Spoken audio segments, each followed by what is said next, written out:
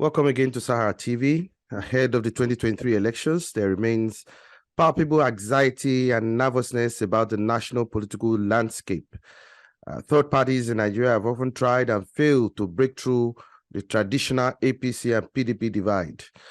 The AAC and the PRP political alliance insist this time will be different.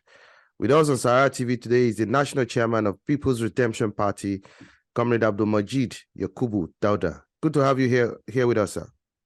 Yeah, thank you, Sahara reporter. How are you? All right, thank you very much, sir. Let me start by getting your assessment. What's your assessment on the performance of the APC administration in the last 7 years, and how will this be a factor in the forthcoming elections? It's obvious and it's clear. It's just business as usual. Nothing has really changed. Right from even the inception of this republic. It's been the same pattern. And what is that pattern? It's a program that is that is focused on executing neoliberal agenda. It is completely anti-development, people unfriendly. So it's just the same thing, same format, the same pattern that has not. Yeah, we're talking about the assessment of the APC administration in the past 7 years. Yeah, I was saying earlier on, it's still the same business as usual. To correcting all the mistakes and the crisis that we have on the ground as it is right now. So I don't, for Nigerian working people, and then also I don't see these people coming up with any program that will take this nation anywhere, in the past, in the angle of things in this 21st century. We don't see it at all. It's still the same business as usual. Nothing. According to Mr. Moyele Shore, the presidential candidate of the alliance, he said they share political ideology, historical ties, and a common vision for the well-being of Nigerians necessitated the need for the two parties, your party and the AAC, to forge a common front ahead of the polls. Nigerians are still struggling to figure out what you will do if you win elections. Could you please articulate some of the issues that your proposed policies will actually be? It's simple. It's simple. It's no any rocket science. We all understand what are the main problem. The problem is an borrowed, neoliberal agenda, which we need to look for a viable and a better alternative. And what is that alternative? The alternative is what we are offering to the Nigerian people, which is a socialist reconstruction of Nigeria, and this is the only chapter 2 of the Constitution of the Republic of Nigeria, where it is required that it is the sole responsibility of the state, to ensure the security and the welfare, of every citizen in Nigeria, to ensure equitable distribution, of the commonwealth of the nation, in order to provide happiness to every member of Nigeria. So it's just a kind of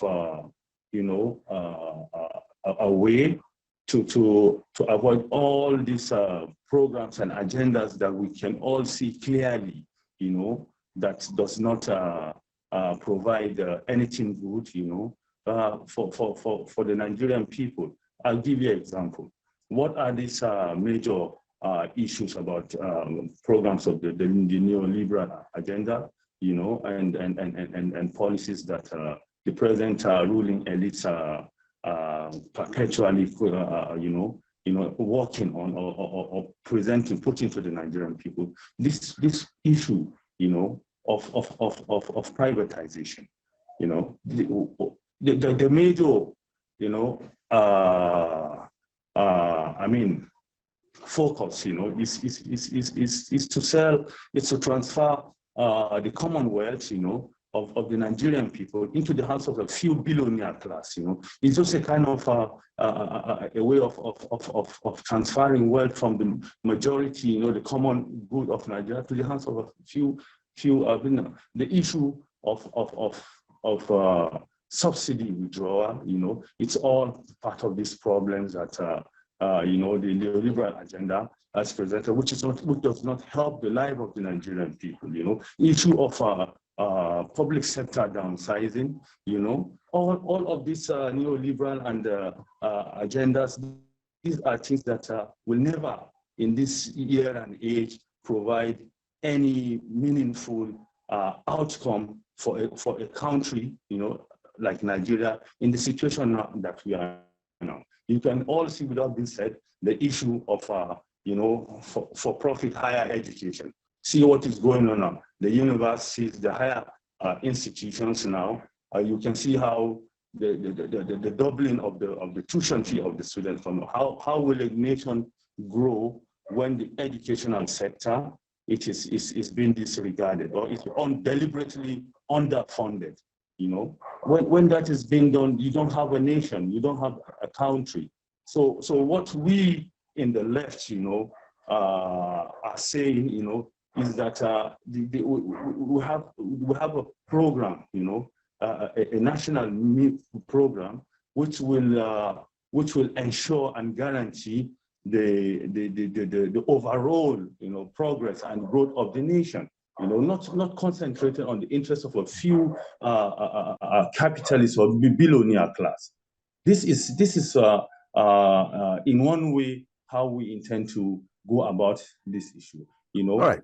Ensuring quality education. Ensuring that the small, medium scale entrepreneurs have access, to capital funding, so that there will be that sector will grow, and then the middle class will also be very strong, and that will provide an even development and growth in the states. Now, there are widespread support among Nigerians for a fresh third party that will offer something different from the status quo of what the APC and the PDP led governments have had. How will you assess your alliance, and what are the chances of AAC-PRP winning offices and holding forth on the floors of the National Assembly? Because analysts are saying that there is a slim to none, with an emphasis on no chances for your party. What are the chances? Yeah, you see, what we believe is that democracy is about people, and then what we are doing actually is trying to give the Nigerian people an alternative and an option, with this system of democracy that we have right now, which favors only, which is more or less a plutocracy, that favors only a few billionaire class, being fully monetized, and even and kind of anti-democracy, from all the processes, we are looking at a system and a situation where we will come down, to the real Nigerian people, try to advance, to Nigerian people, option and alternative that Nigerian peoples will identify with, support, and then the people will rise, and then organize themselves for power, network, and then ensure that we challenge this system, this killer system we have on the ground as it is now. So our own alliance right now, we are adopting the blue ocean, style, while the dominant dinosaur political parties are going by their own red ocean style. We are going to go down to the grassroots, try to mobilize Nigerian people, give them the option that has been denied them, and with that, I believe that the Nigerian people will definitely rise up, and then take for themselves what belongs to them naturally. We are looking our alliance, it's an ideological alliance, and this ideology is one of the only possible, option, for the Nigerian people to survive this to free themselves from these shackles of this criminal, kind of bandit political elites that we have in the Nigerian today. So this alliance. In modern Nigerian history, the country has been dominated by the APC and PDP parties, almost to the exclusion of all others, effectively creating a near two-party monopoly on power in the executive, the National Assembly, and this, as well as the state level. Other parties have never really broken through. How do you intend to change this trajectory at this time? Are you reaching the grassroots level? And is your message, party's message and policies getting to the grassroots? Yes, like I was trying to explain earlier on, that we are making all efforts, to organize, to first of all network, organize, and then mobilize, the Nigerian people, on this left-oriented kind of political agenda, and see how this system it will naturally be smashed, this broken system, because inherently what we have right now, it's in itself full of contradiction, and it will not survive. This system cannot sustain development in anywhere in this 21st century. It is naturally bound to fall. That is why we are advancing and making move to put together the left front, calling and mobilizing all the left-oriented movement groups, political activists, personalities, in the nation, so that we can take on this failing system, and then take it on. The Nigerian people are under bondage with this system. They have not been presented with a very clear option and a very strong opposition, from the left perspective. And if we are able to do that, which is what we are working on right now, by sheer effort and commitment, and resilience, I believe that we'll be able to take on this corrupt, grand corrupt, and the backward system. Now, let's also look at the issue of resources. Parties like yours, the alliance, face resource problems, for one thing. Your campaign funds pales in comparison with the war chest of the major political parties during the election campaigns. How are you grappling with this, and how are you raising funds in order to be able to ensure your party's success in the forthcoming elections? Yeah, the issue of financing in a political struggle, it's always an issue, but we will not let that put us in any way less or less committed, or put us in any position of disadvantage. What we see about this is that when you look at these dinosaur political parties that seems to have the war chest, as you put it, I don't think right now, because of their own level of backwardness, they have that commitment to even effectively use it. The strategy we are adopting is that we go about less resources but outstanding results. That's what we do. You see, if we deploy, if you give us 10% of what these criminal, thieves, deploy in election, I swear to God, these guys will be a thing of history and a past by now. But that, I tell you, notwithstanding, we recognize the fact that we have a limitation as to resources, to execute and implement some of our programs and agenda, but that is not stopping us. We are working with committed comrades. We are working with cadres that we have trained who are committed revolutionaries who want Nigeria and who believe that liberty is something that is inevitable. It's either liberty or death.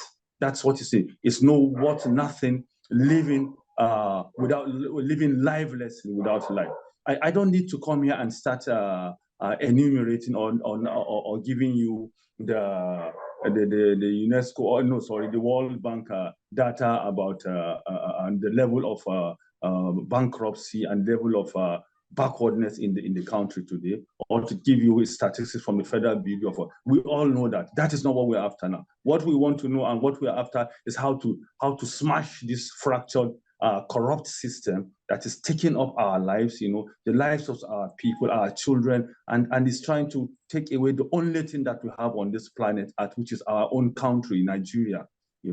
So the question of resources or whatever, it's not a problem for us. The most important problem in a movement, what you need to do is to get well organized. When you're well organized, everything falls in, and we'll take on this system. We are committed to that.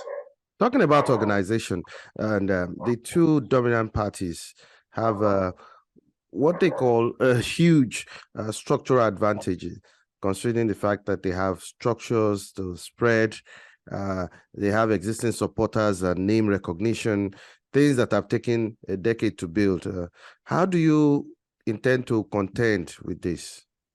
Yes, you see, what you need to understand there is that when you talk about the PRP is the oldest political party, in this country, and the most revolutionary. PRP has produced outstanding results. Its faces is everywhere, especially in the two states where PRP was able to take the power, from the reactionary political parties at that time in the Second Republic, from 1979 to 1983 in Kano State and Kaduna.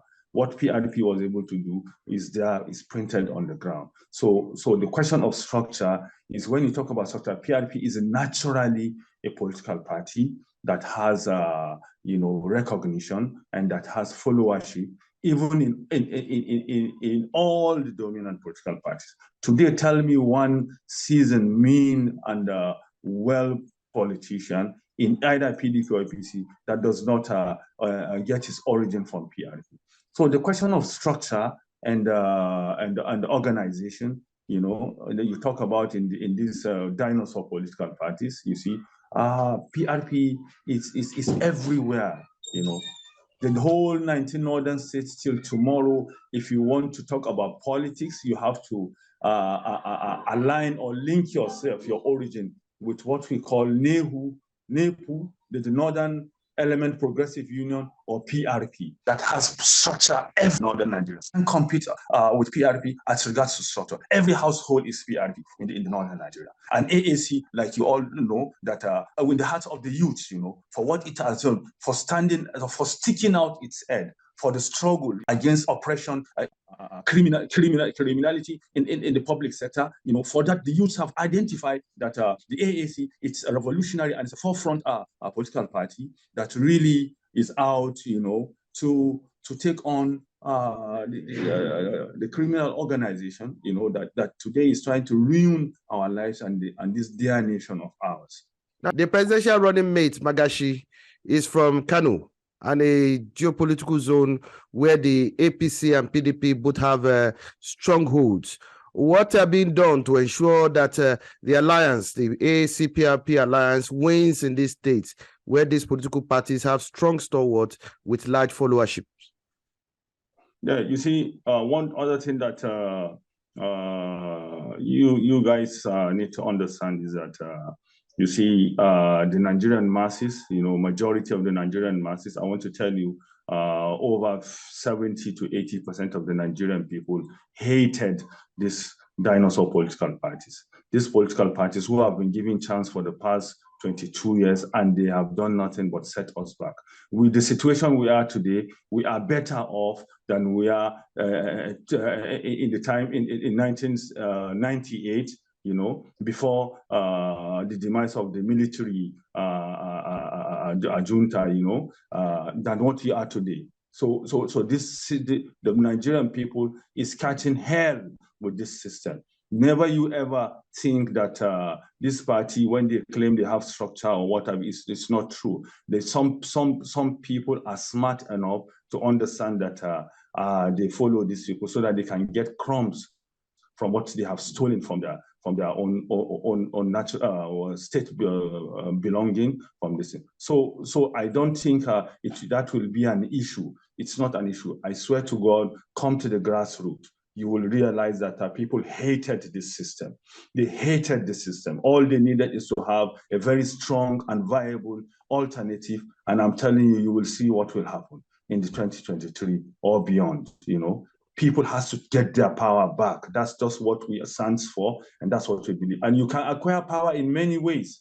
In many ways, democracy is a right for individual to choose and determine who runs his affair, who runs his government, and so on. And that can come in many ways, you know, in many ways, as long as the people stand out to decide their fate, you know, and take on their destiny into their hands. So the question of saying that it's going to be a problem for AAC or any serious revolutionary political party to make a headway, you know, in these places where you think these dinosaur political parties have a stronghold. It's not true. Not with the masses. They are being cursed every day. Come to the street and see what people say about these people. The hardship every day is getting harder and harder. People cannot afford food in their houses. Families cannot afford a simple medication, you know, to take care of their sick ones, you know, no provision for nothing, you know. The masses are tired of the system, you know. All right, so I don't think that is true. Let's get your view on the INEC's preparedness as far as this forthcoming election is concerned. Political observers considering the current INEC, there's too much deficiency as far as INEC is concerned, which needs to be addressed. What impact will this have on the national elections? And do you feel that INEC is prepared enough to actually conduct a free, fair, and credible 2023 election?